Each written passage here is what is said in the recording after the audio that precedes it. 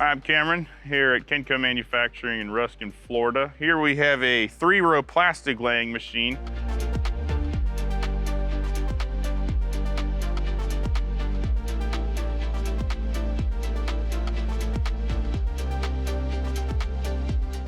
So you can see we've got 3 different drip stands, 1 for each row. You can also do 2 on each row depending on what you're farming.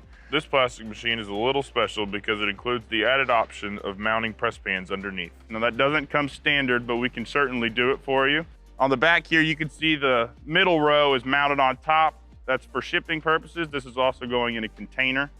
So that'll be mounted on the back for that seat so that rider can, manage and handle everything as far as laying the plastic and making sure everything goes smoothly.